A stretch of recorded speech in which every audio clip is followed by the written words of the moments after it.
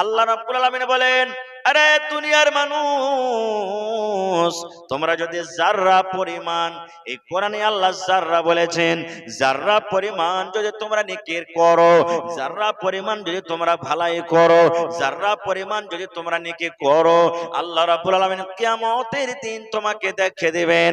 আর জাররা পরিমাণ যদি তোমরা গুনার কাম করো, আল্লাহ রাব্বুল আলামিন সেই আমলটাও কিয়ামতের দিন তোমাদেরকে দেখাবেন।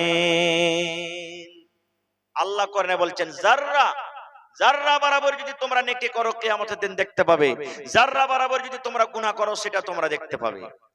এবার এখানে একটা প্রশ্ন জাগছে, হাজী মাওলানা জাররা কাকে বলে? জাররা কি জিনিস? জাররা কাকে বলে? জাররা বলা হয় সরিষার দানা কিংবা তার থেকেও ছোট। জাররা বলা হয়েছে, দেখবেন বেলা 2টা 3টা 4টার সময় যখন হবে, তখন দেখবেন ঘরের ভিতরে একটা সূর্যর লাইট যায়, যদি কোনো জায়গাতে ছিদ্র থাকে, যাই না, লাইটের মতন লম্বা একটা ফোকসিন যে আলো যায় না, দেখবেন ওই আলোর ভিতরে ছোট ছোট ছোট গর্দা ধুলাবালি উড়বে। এমনি বুঝতে পারবেন না, কিন্তু যেখানে রোশনি লাগছে ওই জায়গাখানে দেখতে পাবেন গর্দা উড়ে। আল্লাহ রাসূল বলেছেন ওই ধুলাবালি গালাকে জাররা বলা হয়েছে। দয়ার নবী বলেছেন, উম্মত, ওই জাররা পরিমাণ যদি তোমরা নেকের কাম করো, কিয়ামতের দিন আল্লাহ রাব্বুল আলামিন তোমাকে দেখাবে। আর যদি জাররা পরিমাণ যদি তুমি গুনাহ করো, আল্লাহ রাব্বুল আলামিন ওই জাররা পরিমাণ তোমাকে গুনাহ দেখিয়ে দিবেন। আপনারা বলবেন, হাজী মাওলানা এত ছোট ছোট জিনিস আল্লাহ কেমন করে লিখবে, কেমন করে এত ছোট জিনিস লেখা হবে? আপনাকে একটা উদাহরণ দিচ্ছি। সিসি ক্যামেরা বুঝেন তো? সিসি ক্যামেরা বুঝেন ভাই? দেখবেন বড় বড় ব্যাংকে বড় বড় দোকানে লাগা থাকছে, আর ওখানে বাইরে গেটে দেখবেন ও লেখা আছে হিন্দিতে বা ইংলিশে, আপ সিসিটিভি ক্যামেরে কি নিগরানি মে হ্যাঁ। মানে আপনি দোকানে ঢুকেছেন, ব্যাংকে ঢুকেছেন, সব ম্যানেজার দেখতে পাচ্ছে, দোকান মালিক দেখছে, যদি আপনি 1 টাকারও কোনো জিনিস উঠিয়েলেন আপনি ধরা পড়ে যাবেন। পড়বেন না? পড়বেন না? এবার বলেন, দুনিয়ার ইলমে, দুনিয়ার জ্ঞানে, দুনিয়ার বুদ্ধিতে, আল্লাহর দেওয়া ইলম, আল্লাহর দেওয়া জ্ঞানে যদি মানুষ সিসিটিভি ক্যামেরা লাগাইতে পারে, আর দোকানের ভিতরে লাগায়, ব্যাংকের ভিতরে লাগায়, যদি ছোট্ট সরিষা দানা ভর যদি আপনি কোনো জিনিস চুরি করেন, ধরা পড়ে যাবে, ধরা পড়ে যাবেন। মুসলমান যদি মানুষের পানা সিসিটিভি ক্যামেরাতে যদি ধরতে পারে, সরিষার দানার বরাবর যদি আপনি যদি গুনাহ করেন, তাহলে কিয়ামতের দিন আল্লাহ তাবারক ওয়া তাআলা কেন দেখাইতে পারবেন না? পারবেন না? পারবেন না? পারবেন কি পারবেন না? আল্লাহ তাবারক ওয়া তাআলা দেখিয়ে দিবেন। এই জন্য ভাই, জীবনের ছোট আমলকে ছোট মনে করতে হবে না, জীবনের ছোট গুনাহকে ছোট গুনাহ মনে করতে হবে না। কে জানি কোন আমলে আল্লাহ তাবারক ওয়া তাআলা আমাকে আপনাকে বখশে দিবেন, আল্লাহ জানেন। তাই কবি বলছেন, कितनी छोटी होने की उसे हल्की ना जान, कितनी छोटी होने की उसे हल्की ना जान, रब की बख्शिश के लिए कोई बहाना चाहिए। কতই জীবনের ছোট নেকি হয়, ওকে ছোট মনে করতে হবে না। আল্লাহ কোন আমলে যে আল্লাহ গুনাহ মাফ করে দিবেন সেটি আল্লাহই জানছেন। আজকে বড় বড় আমলের কথা বলবো না, ছোট ছোট আমল যেগুলোকে আমরা মুসলমান গুনাহকে গুনাহ মনে করি না, বা নেকিকে নেকি মনে করি না। এখন মোটরসাইকেল মোটামুটি 1 লাখ টাকা দাম, ছোট গালা লিবেন তো নাকি? কিন্তু ওই যে জাতি পম ঢুকাইছে ওকে ভলপিন বলি আমরা, নাকি বলি? খুব বড় থাকে না ছোট থাকে? 1 লাখ টাকা মোটরসাইকেলের দাম, কিন্তু ভলপিনের দাম তো হয়তো 10 থেকে 20 টাকায় হবে। যদি ভলপেনটা যদি হারিয়ে যায়, না থাকে, গাড়ি চলবে? 1 লাখ টাকার দাম আছে? কোনো দাম নেই। এই মতো মুসলমান জীবনের ছোট আমলকে ছোট মনে করতে হবে না রে ভাই, জীবনের ছোট গুনাহকে ছোট মনে করতে হবে না। আল্লাহর নবী বলেছেন, একজন মহিলা, এই আমার মায়েরা খালারা ভালো করে হাদিসটা শুনেন গে মা, একজন মহিলা নামাজ পড়ে, একজন মহিলা রোজা করে, একজন মহিলা তেলাওয়াত করে, একজন মহিলা দান ধ্যান করে, একজন মহিলা জিকির আজকার করে, সমস্ত নেকির কাম করে, কিন্তু ওরে সুবহানাল্লাহ, একটা বিলাইয়ের উপরে তার রাগ হয়ে গেল, একটা বিড়ালের উপরে তার রাগ হয়ে গেল, হয়তো তার মাংস খেয়ে নিয়েছে, হয়তো তার দুধ পান করেছে, কিংবা বিলাইটা কোনো দোষ করেছে। আল্লাহ নবী বলেছেন, বলেছেন সেই মহিলা একান দড়ি দিয়ে কিংবা জঞ্জির দিয়ে রাগ করে বিলাইটার গলাতে ফাঁসে দিয়েছে, আর বিলাইয়ের গলাতে ফাঁসে দিয়ে খুঁটিতে তাকে বেঁধে দেওয়া হয়েছে। এরে বিলাই তুই থাক, এ বিলাই তোকে আর ছাড়বো না, তোকে সুখে সুখে মেরে দিব, তুই আমার ক্ষতি করেছিস রে বিলাই, তোকে ছাড়বো না ছাড়বো না। আল্লাহ নবী বলেছেন ওই মহিলা একটা বিলাইয়ের গলাতে পায়ে দড়ি দিয়ে তাকে সুখে সুখে মেরে দিয়েছে, তাকে খাইতেও দেয়নি, তাকে জমিনে তাকে ছেড়ে দেয়নি। আল্লাহ নবী বলেছেন এই আমার উম্মতরা শুনে নাও, সেই মহিলা নামাজ রোজা সবকিছু করা সত্ত্বেও একটা সামান্য ছোট গুনাহ মনে করে একটা বিলাইকে মেরে দেওয়ার কারণে নবী বলেছেন ওই মহিলা আল্লাহর জাহান্নামে আগুনে পড়বে। একটা বিলাইকে মেরে দেওয়ার কারণে নবী বলেছেন ওই মহিলা কোথায় যাবে? আল্লাহর জাহান্নামে যাবে, আল্লাহর জাহান্নামে যাবে একটা বিলাইকে মেরে দেওয়ার কারণে। ওরে সুবহানাল্লাহ। এরই বিপরীত, এর উল্টা আর একটা হাদিস আছে। আল্লাহ রাসূল বলেছেন ইমরাতুন ফাহিশা, একটা জানিয়া মেয়ে ছেলে জেনা ব্যভিচার করে বেড়ায়, সারা জীবন জেনা করেছে, আহারে কত জেনা করেছে, নিজের ইজ্জতকে কত পর পুরুষকে দেখিয়েছে। একদিনকার ঘটনা, নবী বলেছেন সে মহিলা রাস্তা দিয়ে হাঁটতে হাঁটতে হাঁটতে হাঁটতে হাঁটতে হাঁটতে চলে যায়। গরমের টাইম, এখন যেমন গরমের সিজন চলছে, গরমের টাইম, ঘন ঘন পানি পান করার মনে হয়, ভেতরটা আমাদের শুকিয়ে যায়। আল্লাহ নবী বলেছেন ওই জানিয়া মেয়ে ছেলেটা, ওই জানিয়া মেয়ে ছেলে রাস্তা দিয়ে হাঁটতে হাঁটতে দেখছে একটা কুকুর ইন্দারার পাঞ্জরে, একটা কুয়ার পাঞ্জরে ইন্দারার চারিদিকে ঘুরছে, জিহ্বা বের করে দিয়েছে, কাদা চাটছে, ধুলা চাটছে। ওই কুকুরকে কত পিপাসা লেগেছে, আল্লাহ রে আল্লাহ, মোটা মোটা শ্বাস তার উঠে গেছে।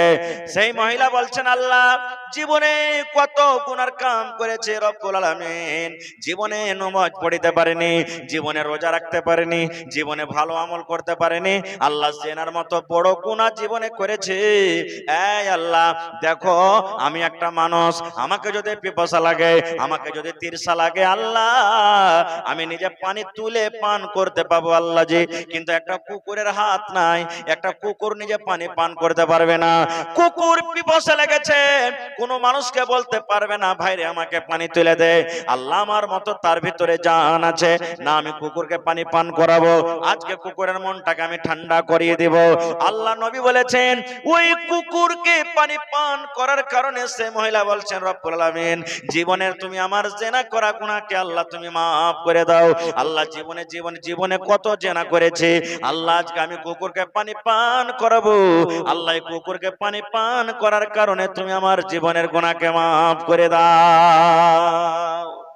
আল্লাহ রাসূল বলেছেন তার কাছে ওড়নি ছিল একটা, পানি তোলার জন্য ডোল রশি কিচ্ছু নেই, কি দিয়ে পানি তুলবে?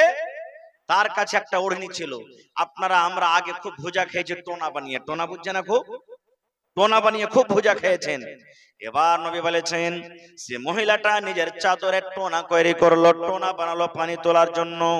এবার আস্তে আস্তে আস্তে করে, এবার কোন রকম হালকা হালকা করে এরকম করে দিয়ে দিয়ে ওই টোনাটা ভিজে যখন কিছু পানি উপরে ওঠা হলো, আল্লাহ নবী বলেছেন ওই কুকুরের সামনে ওই পানিটাকে রেখে দেওয়া হলো।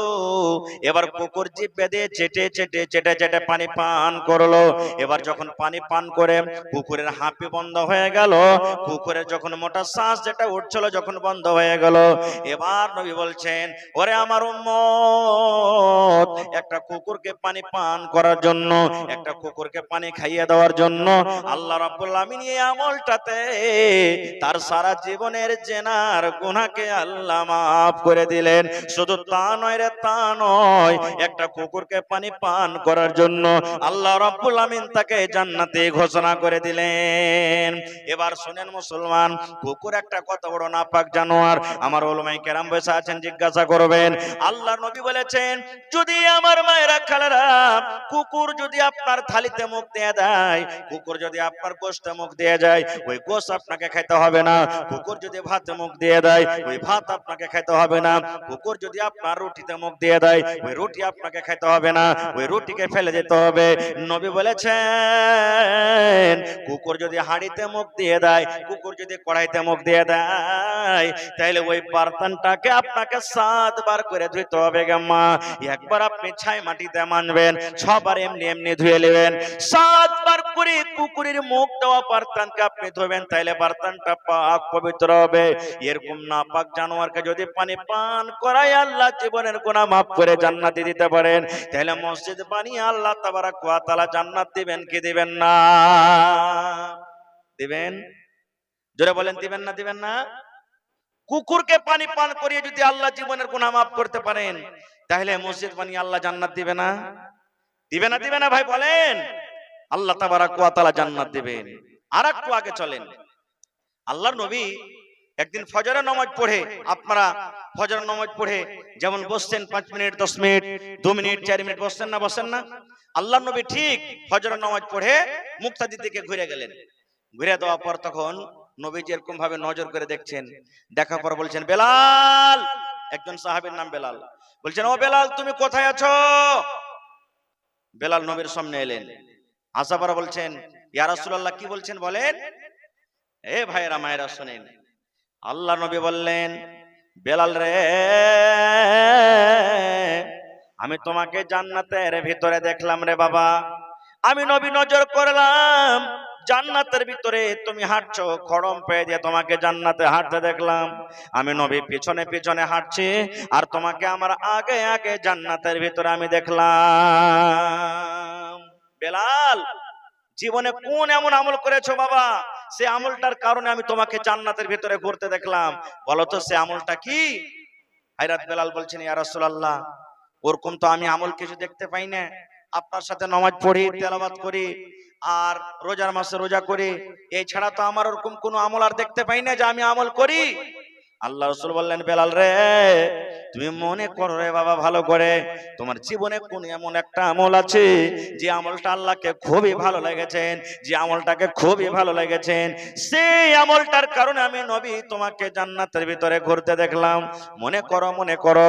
এবার ভাবা চিন্তা করে হযরত বেলাল রাদিয়াল্লাহু তাআলা আনহু বললেন, ইয়া রাসূলুল্লাহ, আল্লাহ নবী গো, 5 ওয়াক্তের নামাজ তো পড়ি, 5 ওয়াক্তের নামাজের পর যখন যখন আমার ওযু ভেঙে যায়, হয়তো বেলা 9টার সময় হোক, বেলা 10টার সময় হোক, বেলা 8টার সময় হোক, কিংবা বেলা 2টা 3টার সময় হোক, যখন যখন আমার ওযুর দরকার হয় আমি ওযু করে নি। আর ওযু করার পর আমার ধারণা একটা আছে, আমার একটা আমল আছে, আল্লাহ ওযু করে আমি কেমন করে এমনি থাকবো, আমি ওযুর হকটা আদায় করব, আমি ওযুর হকটা আদায় করব। আল্লাহর নবী গো, নামাজের টাইম হয় কিংবা নাই হোক, ওযু করার পর আমি আল্লাহর ঘর মসজিদে চলে যাই। আর মসজিদে যাওয়ার পর নবী গো, এই যে আমি নতুন করে ওযু করলাম, আমি 2 রাকাত আমি নামাজ আদায় করি। এটা আমার আমল। ওযু করার পর নামাজের টাইম হোক কিংবা নাই হোক, যখনই ওযু করি 2 রাকাত আমি নামাজ পড়ে যাই। আল্লাহ রাসূল বললেন, বেলাল রে, এই আমলটার কারণে আল্লাহ তোমার উপরে রাজি হয়ে গেছে রে বাবা। এই আমলটা আল্লাহকে তোমার খুবই ভালো লেগেছে, তোমার এই আমলটাতে আল্লাহ খুশি হয়েছেন। এই আমলটার কারণে আমি নবী তোমাকে জান্নাতের ভিতরে আমি দেখলাম। নারে তাকবীর! নবী তোমার নাম শুনে পাগল আমার মনটা গো, নবী একবার দেখা দিও গো। নবী তোমার নাম শুনে পাগল আমার মনটা গো, নবী একবার দেখা দিও গো, নবী একবার দেখা দিও গো। হাসরেতে দিও গো দেখা, দেখব নয়ন ভরে গো। কিয়ামতে দিও গো দেখা, দেখব নয়ন ভরে গো। নবী একবার দেখা দিও গো, নবী একবার দেখা দিও গো। নবীর প্রেমে পাগল হইয়া ঘর বাড়ি ছাড়িলাম গো, নবীর প্রেমে পাগল হইয়া ঘর বাড়ি ছাড়িলাম গো। নবী একবার দেখা দিও গো, নবী একবার দেখা দিও গো। আচ্ছা আপনারা বলেন তো, দুনিয়াতে সব থেকে কোন জায়গাটা আল্লাহর কাছে বেশি ভালো? জোরে বলেন। খানি টেনে ভরা আছে নাকি জি ভাই মুখে? একটু জোর করে বলেন কোন জায়গাটা বেশি ভালো? মসজিদ। আর সব থেকে খারাপ জায়গাটা হলো কি? জোরে বলেন। বাজার। মাশাআল্লাহ। এ ভাই, বাজার মোটামুটি দিনে 3 বার 4 বার 5 বার করে যায় কি যায় না? তরকারি আনতে, কাপড় কিনতে, চা খাইতে, বিভিন্ন রকমের কাজে যাচ্ছে, যাই কি যাই না? আপনাদের এটা বানসর চক, এটা একটা বাজার। শুধু কাপড়টিটা বাজার নয়, চাম্পানগরটা বাজার নয়, তো আমরা বাজার যাই ভাই, দিনে 2 বার 3 বার 4 বার 5 বার করে বাজার যাই। এ মায়েরা ভাইরা শুনেন, বাজারের ভিতরে একটা দোয়া আছে, বাজারের মধ্যে যাওয়ার একটা দোয়া আছে, আর দোয়াটার ফজিলত কি জানেন? আল্লাহর নবী বলেছেন, হে আমার উম্মতরা তোমরা শুনে নাও, বাজার যখন তোমরা যাবে, বাজারে তরকারি কিনতে যাবে, কাপড় কিনতে যাবে, চা খাইতে যাবে, নাস্তা কিনতে যাবে, মুরগা মাছ কিনতে যাবে, আল্লাহ নবী বলেছেন বাজারে যখন তুমি যাবে রে উম্মত, বাজারে ঢোকার আগে আগে যদি তুমি একটা দোয়া পড়ে দাও, যদি তোমার মুখ দিয়ে একটু দোয়াটা বাড়িয়ে যায়, তোমার 4 খানা তুমি ফজিলত তুমি পেয়ে যাবে। 1 নম্বর নবী বলেছেন, হ্যাঁ আমার উম্মতরা তোমরা শুনে নাও, তোমার জীবনে 10 লক্ষ আল্লাহ রাব্বুল আলামিন তোমার জীবনের গুনাহকে maaf করে দিবেন, 10 লক্ষ নেকি আল্লাহ তাবারাক ওয়া তাআলা তোমার নেকিতে তুলে দিবেন, এবং 10 লক্ষ দরজা আল্লাহ রাব্বুল আলামিন তোমার উঁচা করে দিবেন, এবং ওই দোয়াটা পড়ার বিনিময়ে আল্লাহ জান্নাতের ভিতরে একখান ঘর বানিয়ে দিবেন। সুবহানাল্লাহ। বাজারে ঢোকার দোয়া ভাই, বাজারে যখন ঢুকবেন দোয়াটা যদি পড়ে দিবেন, 10 লক্ষ জীবনের গুনাহকে আল্লাহ maaf করে দিবে। 10 লক্ষ নেকি লেখা হয়ে গেল, 10 লক্ষ আপনার মর্তবাকে আল্লাহ উঁচা করে দিবেন, এবং জান্নাতের ভিতরে একখানটা ঘর বানিয়ে দিবেন। কি দোয়া? লা ইলাহা ইল্লাল্লাহু ওয়াহদাহু লা শারীকা লা, লাহুল মুলকু ওয়া লাহুল হামদ, ইউহয়ী ওয়া ইউমীত, ওয়া হুয়া হাইয়্যুন লা ইয়ামুতু বিয়াদিহিল খায়র, ওয়া হুয়া আলা কুল্লি শাইইন কাদির। এটা বাজারে ঢোকার দোয়া, এটা বাজারে দাখিল হওয়ার দোয়া। আল্লাহ নবী বলেছেন এই দোয়া পড়তে হবে, লা ইলাহা ইল্লাল্লাহু ওয়াহদাহু লা শারীকা লা, লাহুল মুলকু ওয়া লাহুল হামদ, ইউহয়ী ওয়া ইউমীত, ওয়া হুয়া হাইয়্যুন লা ইয়ামুতু বিয়াদিহিল খায়র, ওয়া হুয়া আলা কুল্লি শাইইন কাদির। এই দোয়া যদি পড়ে বাজারে ঢোকেন, জান্নাতের ভিতরে একখানটা ঘর বনে যাবে। ওরে সুবহানাল্লাহ, কত বড় নেকির কাম! পড়িতে 1 মিনিটও লাগলো না, কিন্তু যদি পড়লেন পয়সা লাগলো না, এই আমলটার কারণে আল্লাহ তাবারাক ওয়া তাআলা জান্নাতের ভিতরে একখানটা ঘর বানিয়ে দিবে।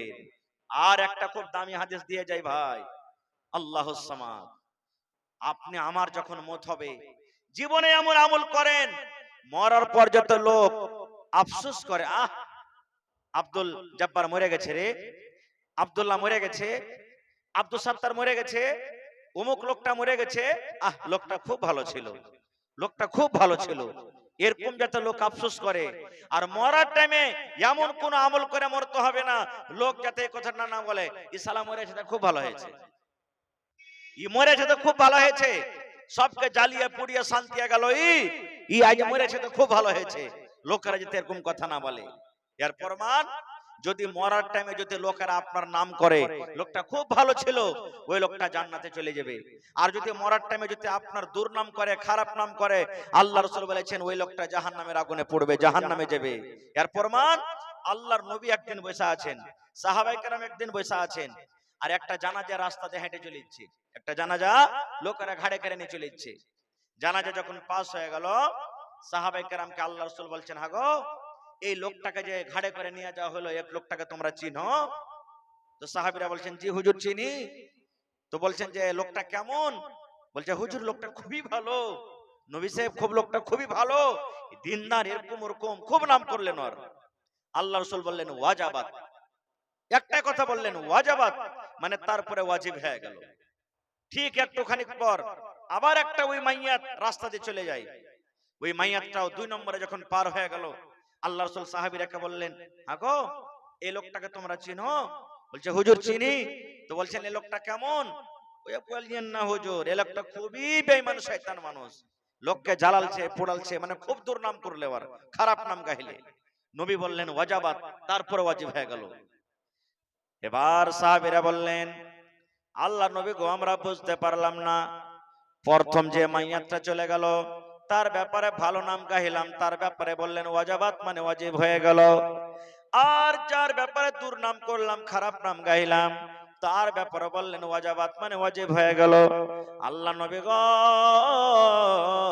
ওয়াজাবাত মানে কি গো নবী, আমরা বুঝতে পারলাম না, ওয়াজাবাতের মানে আপনি বুঝিয়ে দেন। এই আমার ভাইয়েরা মায়েরা খালারা শোনেন, দয়ার নবী বললেন সাহাবীরে, যার তোমরা প্রথমে নাম করিলে লোকটা খুব ভালো, লোকটা খুব দিলদার, লোকটা খুব দানি, লোকটা খুব ইমানদার, যার তোমরা ভালো নাম গাইলাম তার ব্যাপারে আমি ওয়াজাবাত বললাম, মানে ওয়াজাবাতিল জান্নাত, ওই লোকটা আল্লাহর জান্নাতের ভিতরে চলে যাবে। আর যার তোমরা দুর্নাম করেছো, যার তোমরা খারাপ নাম গাইলে, ওই লোকটা ওয়াজাবাতিন নার, ওই লোকটা আল্লাহর জাহান্নামের ভিতরে চলে গেল। তাহলে বুঝা গেল মরার টাইমে যদি ভালো নাম হয় জান্নাতের ভিতরে জায়গা হবে, মরার টাইমে, মরার পর যদি খারাপ নাম লোকেরা গাহে ওই লোকটার ঠিকানা কোথায় হবে? জাহান্নামের ভিতরে হবে। এই জন্য জীবনে এমন আমল করেন মরার পর যাতে লোক আফসোস করে, মরার পর লোক যেন আফসোস করে আহ লোকটা মরে গেল, যেন দুর্নাম না করে। আর একটা আমল শুনেন, সুবহানাল্লাহ, পেশাব করার পর পানি নিতে হয়, কি হয় না ভাই? পেশাব করার পর পানি নিতে হয়। আমার ভাইয়েরা কিন্তু পানি লিবে না মেলাই ভাই, পেশাব করলে লল ঝুঁকে চলে এলো, বাস পানি লিলে না, খালি পায়খানার সময়তে পানি লিবে। আর একটা শরীয়তে কথা বলে দি, পায়খানা করতে বসবেন তো পেশাবও হবে না? হবে না? হানা বলেন পেশাব হবে না? হবে না? দুনিয়ার কোন মানুষ এমন আছে যে পায়খানা করতে বসবে পেশাব হবে না, আর ওর ঝাড়া ফিরাই হবে না? পেশাব করতে বসে বিনা ঝাড়া ফিরাতে পেশাব করা হয়ে যাবে, কিন্তু আল্লাহ এমন সিস্টেম বানালছে যে ঝাড়া ফিরতে বসে কেন পেশাব করতেই হবে, এক ফোঁটাই আসো পেশাব করতেই হবে তাকে। কিন্তু হায়রে আফসোস, যখন পায়খানা করতে বসবো তখন পানি খরচ করবো, আর পেশাব করতে বসবো তখন মেলায় ভাই পানি লেই নে। আল্লাহর নবী একদিন একটা ঘোড়াতে চড়ে কিংবা গাধাতে চড়ে রাস্তাতে হেঁটে চলে যাচ্ছেন, গাধার উপরে চড়ে ঘোড়ার উপরে চড়ে হাঁটছেন, হাঁটতে হাঁটতে হাঁটতে হঠাৎ করে ঘোড়া বিধকে গেল, ঝেড়কে গেল, মনে হয় নবীজিকে ঘোড়া ফেলিয়ে দিবে, এরকম ঘোড়া ঝেড়কে গেল। নবীজি ঘোড়া থেকে নেমে গেলেন, নামে যাওয়ার পর দেখছেন ওখানে কয়েকটা কবর আছে, দু চারটে কবর ওখানে আছে। আল্লাহ রাসূল বললেন, ও আমার সাহাবীরা, এই কবরগুলা কি তোমরা চিনো, জানো এই কবরগুলা কার? নবী বললেন, কবরগুলা তোমরা কে চিনো, এই কবরগুলা হলো কার? সাহাবে কেরাম বললেন, ইয়া রাসূলুল্লাহ, হ্যাঁ নবী গো চিনি, এটা অমুক লোকের কবর, এটা অমুক লোকের কবর, কিংবা এগুলা মুসলমানের কবর, আমরা চিনি গো নবী, এই কবরগুলার ব্যাপারে আমরা জানি। আল্লাহর রাসূল বললেন, সাহাবীরে, এই রাস্তা দিয়ে হাঁটতে হাঁটতে হাঁটতে হাঁটতে হাঁটতে তোমরা আমাকে দেখলে আমার ঘোড়াটা এমন জোর করে ঝেড়কে গেছে, মনে হয় আমাকে ফেলে দিবে, আমি পড়ে যাব, আর পড়তে গেলে হয়তো আমার হাত পা ভেঙে যেত। তোমরা জানো কি এই ঘোড়াটা কেন ঝেড়কে গেল, এই ঘোড়াটা কেন আমার বিধকে গেল? সাহাবায়ে কেরাম বললেন, ইয়া রাসূলুল্লাহ, আমরা বুঝতে পারলাম না, আমরা জানি না কেন ঘোড়া ঝেড়কিল। আল্লাহ নবী বললেন, সাহাবীরে, এই ঘোড়াটা ঝেড়কার কারণ হলো এই কবরের মধ্যে আযাব হয়, এই কবরের মধ্যে শাস্তি হয়, এই কবর গলাতে আযাব হয়, আযাব হওয়ার কারণে আমার ঘোড়া ঝেড়কে গেল। কারণ যখন কবরে আযাব হয় মানুষ জিন জানতে পারে না, মানুষ জিন শুনতে পারে না, মানুষ জিনকে আল্লাহ শোনার ক্ষমতা দেয়নি, কিন্তু যারা পোকপাখালি জানোয়ার ওরা যখন কবরে আযাব হয় ওই পোকপাখালি জানোয়ার কিন্তু কবরের আযাবটা শুনতে পায়। সাহাবীরে, এই কবরের মধ্যে এত জোর করে আওয়াজ হয় আর হাউমা হাউমা করে কবরবাসীটা এত জোর করে চিৎকার করে, যদি আমি আল্লাহকে বলি, আল্লাহ এই আযাবটা তুমি, এই যত জোরে চিল্লাইছে হাউমা করে চিৎকার করছে, এই আওয়াজটা আমার সাহাবীরাকে শুনিয়ে দাও, আমি যদি আল্লাহকে বলে, আল্লাহ রাব্বুল আলামিন হয়তো তোমাদেরকে আওয়াজটা শুনিয়ে দিবে, কিন্তু আমি শোনাবো না। কেন শোনাবো না? তোমরা যদি আযাবটা শুনে নাও, তোমরা যদি মানুষ যে কাঁদছে কবরের ভিতরে পড়ে পড়ে, এই আওয়াজটা তোমরা যদি শুনে নাও, তাহলে ডরের কারণে, ভয়ের কারণে তোমরা মানুষকে দফন করবে না। দাফন করবে না, তোমরা ওপরে মানুষকে রেখে দিবে, দফন করবে না। একজন সাহাবী বলছেন, হুজুর, এই লোকগুলাকে তো কবরে আযাব হয়, কিন্তু কোন গুনার কারণে আযাব হয় একটু বলবেন না? গুনাহটা কি? কোন পাপের কারণে আযাব হয়? আল্লাহ রাসূল সাল্লাল্লাহু আলাইহি ওয়াসাল্লাম বলেন, সাহাবী রে, গুনাহটা হলো বড় রে বাবা, পাপটা হলো বড়, কিন্তু বাঁচাটা হলো খুব আসান। মানুষ যদি চাহে তো বাঁচতে পারবে, বাঁচাটা খুব আসান, বাঁচাটা খুব সহজ, কিন্তু এই গুনাহটা হলো খুব বড়। আল্লাহ নবী বললেন, সাহাবীরে, এই লোকটাকে যে কবরের ভিতরে আযাব হয়, এই লোকটা যখন পেশাব করত, পেশাব করার পর পানি কিংবা ঢেল সে ইস্তেমাল করত না। নবী বললেন, তুমি যখন পেশাব করতে বসবে, পানি নিয়ে তুমি পেশাব করো। পানি যদি না পাও, এমন জায়গাতে তুমি চলে গেছো, পানি যদি তুমি না পাও, তাহলে তোমাকে ঢেল নিতে হবে, ইট নিতে হবে, শুকনা ইট নিতে হবে, ওতে তোমাকে পেশাব পায়খানা করতে হবে।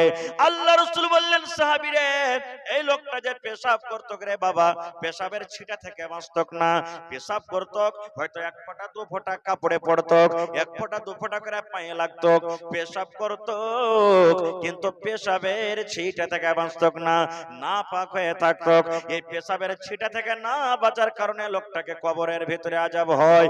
এবার বলেন মুসলমান, যদি কবরের আযাব হয় এর জন্য শুধু পেশাব করতে বসে, ছিটা থেকে না বাঁচার কারণে, ছিটা থেকে না বাঁচার কারণে যদি পেশাব হয়, ছিটা থেকে যদি না বাঁচার কারণে যদি কবরে আযাব হয়, তাহলে আমি আপনি পেশাব করার পর পানি লই না, আমার লুঙ্গিতে ভরে গেল, আমার পায়জামাতে লেগে গেল, আমার ফুল প্যান্টে লেগে গেল, তাহলে বলেন আমার আপনার আঞ্জাম কবরের ভিতরে কি হইতে পারে? 2 নম্বরে নবী বললেন, সাহাবীরে, এই কবরওয়ালাটাকে যে আযাব হয়, এই লোকটা গীবত করে বেড়াইতো, এই লোকটা চুগলখড়ি করে বেড়াইতো, এই লোকটা এক অপরের ইজ্জতকে মার্ডার করত। এই গীবত চুগলখড়ি করার কারণে আল্লাহ রাব্বুল আলামিন তাকে কবরের ভিতরে শাস্তি দেন।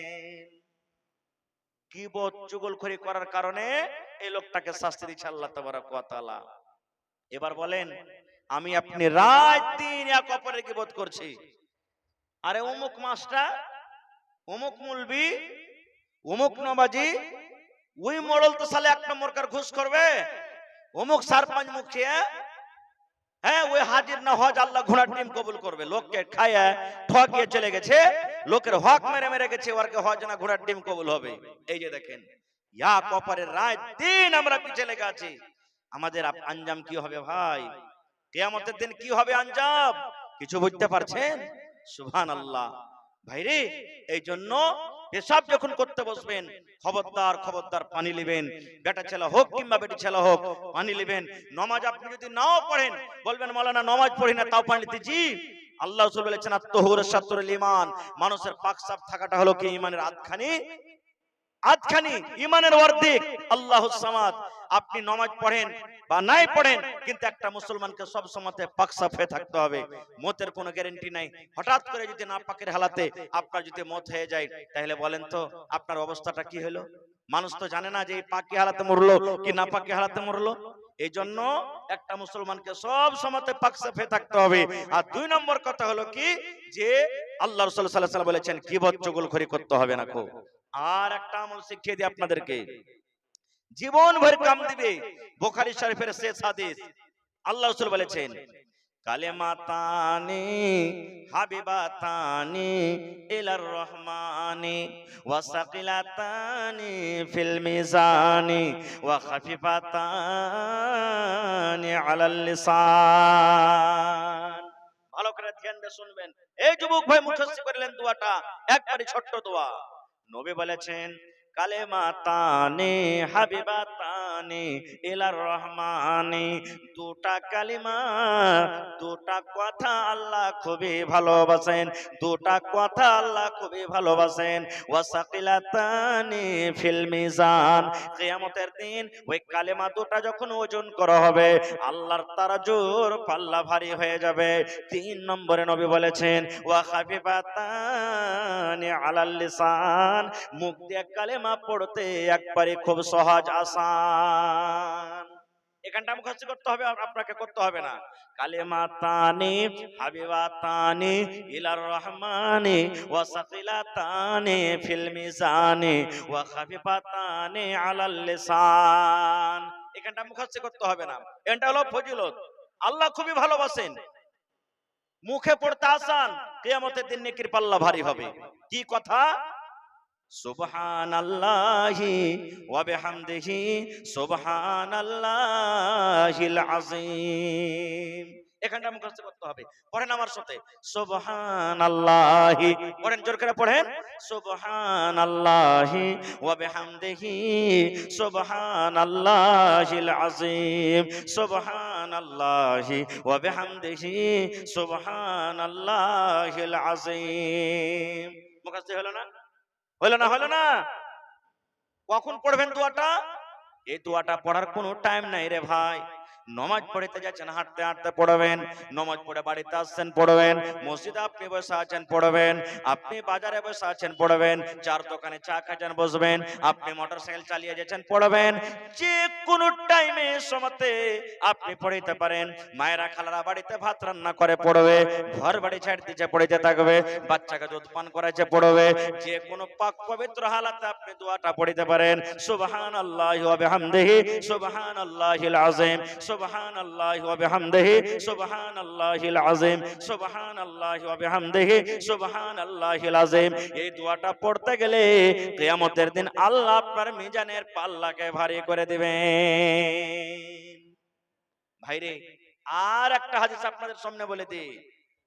আল্লাহ নবী বলেছেন, আজকে যেমন আপনি মসজিদ নির্মাণ করবেন, মৌলানা যে মসজিদ বানিয়ে কি পাবো, মসজিদ বানিয়ার ফজিলত কি, মসজিদ কেন বানাবো? এ ভাই মুসলমান, মুসলমানের জান, মুসলমানের শান মসজিদ। যেখানে মসজিদ আছে ওখানে মুসলমান আছে, যেখানে মুসলমান আছে ওখানে মসজিদ আছে, যেখানে মুসলমান নাই ওখানে কিন্তু মসজিদ নাই।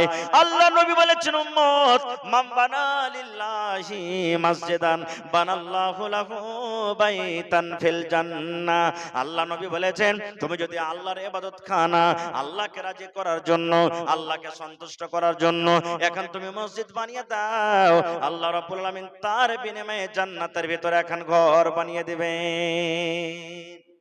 মসজিদ যদি আপনি বানিয়ে দেন, আল্লাহ জান্নাতে এখন ঘর বানাবে। তাহলে কত বড় মসজিদ! এটা মনে করতে হবে না যে জুমা মসজিদে দান করবো তো বেশি নেকি পাওয়া যাবে, ওয়াক্তা মসজিদে দান করবো তো কম নেকি পাওয়া যাবে। জি না, আল্লাহর ঘরের কথা আছে। ঘর যতই বড় হোক কিংবা যতই ছোট হোক, যে আল্লাহর ঘর বানাবে আল্লাহকে রাজি করার জন্য, লোক দেখানো নয়, আল্লাহর ইবাদত বান্দেগী করার জন্য, আল্লাহ রাসূল বলেছেন জান্নাতে তার জন্য এখানটা ঘর বনে যাবে। তাহলে আজকে যে মসজিদ বানাইতে বসেছেন, মসজিদ নয় জান্নাতের ঘর বানাইতে বসেছেন, জান্নাতের ভিতরে এখানটা ঘর। আজকে দেখি কোন ভাইয়ের আশা আছে জান্নাতে ঘর নেওয়ার জন্য। দেখি কোন ভাই এমন আছেন, মাওলানা আমি 10,000 টাকা একটা লোক দান করব মসজিদে, একটা লোক এক গাড়ি বালু দান করব।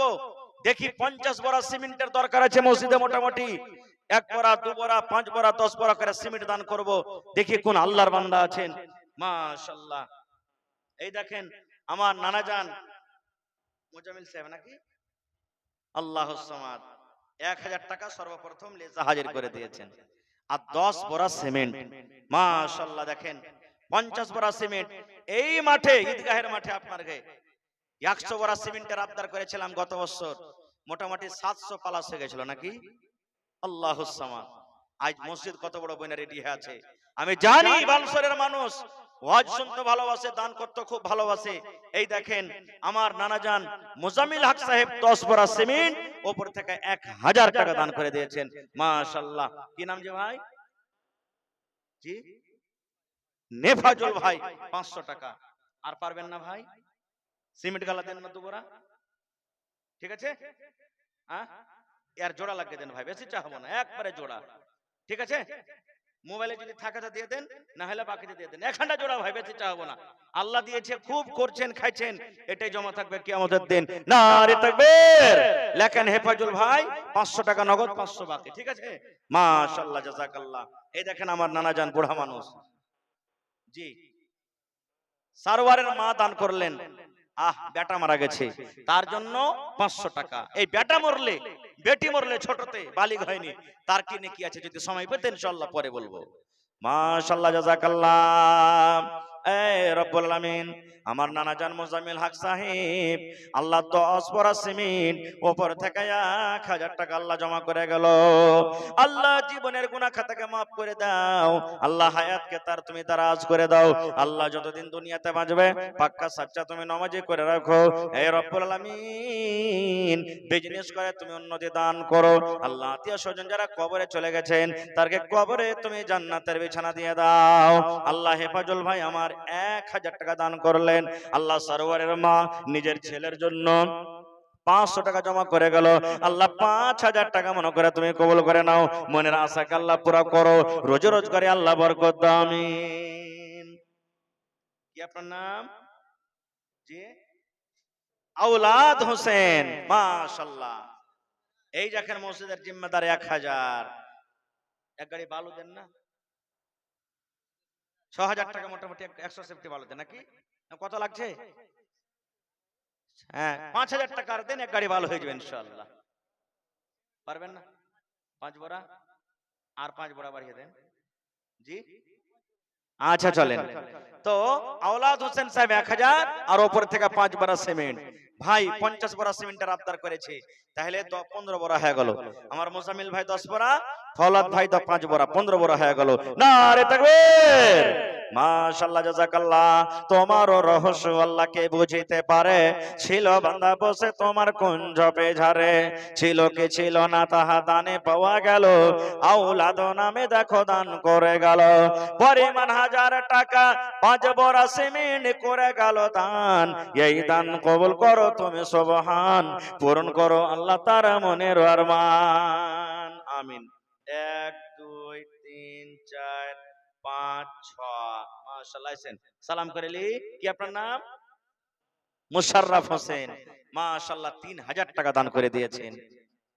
আর যে 3000 কমে গেলে তাহলে এক গাড়ি বালু হতো, জি। এক গাড়ি বালু হবে না নাকি এত বড় খান্ডা মজলিসে? হায় রে আল্লাহ, সিমেন্টের কাম আছে আর বালুর কাম আছে এখানে মসজিদে বেশিরভাগ, আর 3টে জ্বালানা আছে, 2টা কেওয়াড় আছে, গেট। 5টা মানুষের আবদার করছি আমি, যে 2টা ভাই 2টা গেট দিলেন, মাওলানা যা খরচা হবে আমি দিয়ে দেবো। আর 3টা ভাই 3টা কেওয়াড় নিলেন, যা হবে 2000 লাগুক, 5000 লাগুক, 10000 লাগুক, 1000 লাগুক, 5টা লোকে গোছালেন যে 5টা খিড়কি আর কেওয়াড় আছে, 2টা গেট আর 3টা খিড়কি আছে। 3টা ভাই খিড়কি গোছালেন, আর যদি পারেন তো 2টা 2টা করে গোছবেন। 5টা লোক কোন আল্লাহর বান্দা, মা, খালা, দাদি, নানি কি আছেন এমন আছেন। তো আমার ভাই মুশাররফ ভাই 3000 দিয়েছেন, আর 3000 দিয়ে এক গাড়ি বালুর দাম দিয়ে দেন ভাই, দেন ভাই। জীবনে কি আছে, একবার যদি দিয়ে দিবেন মসজিদ খান বানিয়ে দিবেন, বারবার আর জরুরি নেই। খুব সুন্দর মসজিদ বানালছেন আপনারা, কয়েন আলহামদুলিল্লাহ। 2000, আচ্ছা চলে। নারে তাকবীর। তোর বান্দারে আজ হাত তুলেছে তোর দরবারে, তোর রহমতেরই ভিক্ষায় আমায় দে রে মাওলা দে, তোর রহমতেরই ভিক্ষায় আমায় দে রে মাওলা দে। মাশাআল্লাহ, জাযাকাল্লাহ। এ আল্লাহ, আমার ভাই মুশাররফ হোসেন 5000 টাকা আল্লাহ তোমার ঘরের জন্য দান করে দিলেন। 5 লক্ষ টাকা মনে করে তুমি কবুল করে নাও, মনের আশাকে আল্লাহ পুরা করো, রোজ রোজগারে আল্লাহ বরকত দাও, কামাই থামাইতে তুমি বরকত দাও, দুনিয়ার ভেজাল দুনিয়ার ফিতনা থেকে আল্লাহ বাঁচিয়ে নাও। যতদিন দুনিয়াতে বাঁচবে ঈমানের হালাতে রাখো, নেককার করে রাখো, দিনদার করে রাখো। আয় আল্লাহ, মা বাপ, দাদু দাদি, নানা নানি, শ্বশুর শাশুড়ি যারা বেঁচে আছে ভালো রাখো, আর যারা কবরে চলে গেছেন তারকে কবরে তুমি জান্নাতের বিছানা দিয়ে দাও। রব্বানা তাকাব্বাল মিন্না ইন্নাকা আনতাস সামিউল আলিম, আমিন সুম্মা আমিন। আর মা খালারকে টাকা সব হাত থেকে উড়িয়ে গেছে নাকি জি?